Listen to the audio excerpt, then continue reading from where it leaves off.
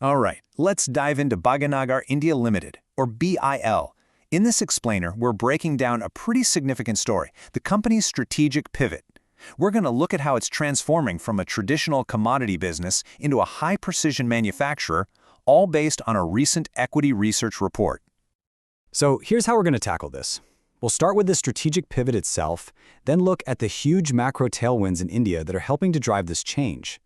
After that, we'll get into the hard evidence of the transformation, weigh the bull versus the bear case, and finally wrap up with the report's ultimate verdict. Okay, first up, the strategic pivot. This is really the heart of the story. It's all about the company's shift away from a business model that was all about volume to one that's laser-focused on creating value. Now, this executive summary really sets the stage. It frames Bhagyanagar India as a company in the middle of a huge structural shift. They're moving away from those low-margin copper rods and into specialized components. And this move puts them right at the center of some of India's biggest growth stories: grid expansion, EV infrastructure, and data centers. The real catalyst here was the Q3 FY26 performance, which showed a big jump in margins for that value-added segment. This all leads to the verdict that BIL is a really interesting way to play the whole India infrastructure theme. And you could really see the difference when you look at the company's past versus its present. On one hand, you had legacy Bhagyanagar, basically a commodity processor, churning out high volumes of low-margin copper rods. But modern Bhagyanagar, that's a whole different animal. We're talking about a specialized manufacturer making precision bus bars, conductors, and foils. The key takeaway here is that strategic shift in the product mix toward these high-margin precision products that are crucial for sectors like high-voltage panels and renewables. So let's move on to Section 2. Here, we're going to zoom out and look at the bigger picture, the macro tailwinds. This is all about how BIL is positioning itself to ride this massive wave of growth in India. What's really driving demand is a convergence of three major trends. First, you've got the massive expansion of India's national power grid, which absolutely requires high-grade copper components. Second, there's the huge surge in building out EV charging infrastructure. And third, you have all this massive CapEx pouring into data centers. All three of these need a reliable copper backbone, and that puts BIL in a perfect strategic spot to meet this growing domestic need. Now, here's another critical piece of their strategy: import substitution. Historically, domestic OEMs, the original equipment manufacturers, had to rely on imports from Southeast Asia. But now, with the government's Make in India push, there's a real structural shift happening in the supply chain.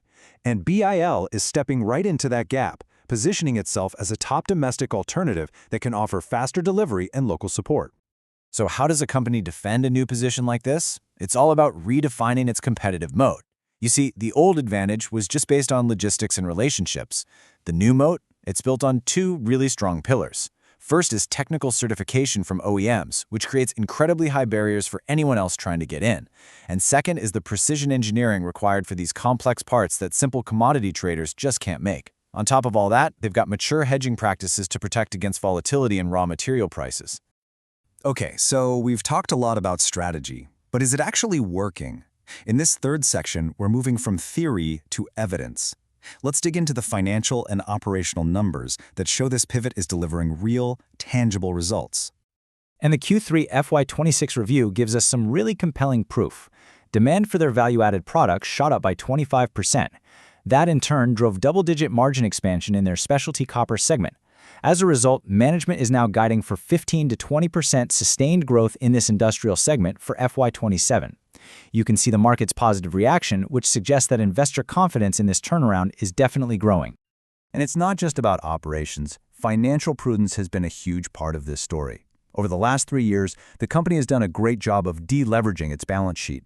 They've been building up capital reserves, dry powder, to fund future expansion.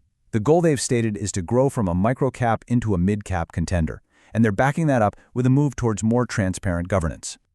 So what are they doing with that dry powder? Well, they're putting it to work in a greenfield expansion in Telangana. The goal here is pretty simple: double their manufacturing capacity for high-margin products. This project is expected to be complete by early 2027, and it's a direct validation of that whole value over volume thesis we've been talking about. All right, in our fourth section, we need to take a balanced look at the investment case. You have to consider both sides. So let's lay out both the bull and the bear arguments, looking at the key opportunities and the risks that the report identified. The bull case really stands on three main pillars. First, there's the continued strong demand coming from the EV and renewable energy sectors. Second, you have the potential for sustained margin improvement as their product mix keeps shifting towards those value-added components. And third, there's a real logistical cost advantage thanks to the company's proximity to major industrial hubs in South India. Now, for the bear case. The report points to three primary risks. First is raw material sensitivity. The company is still exposed to copper price swings on the LME if its hedging strategies aren't enough. Second, you have the competitive landscape.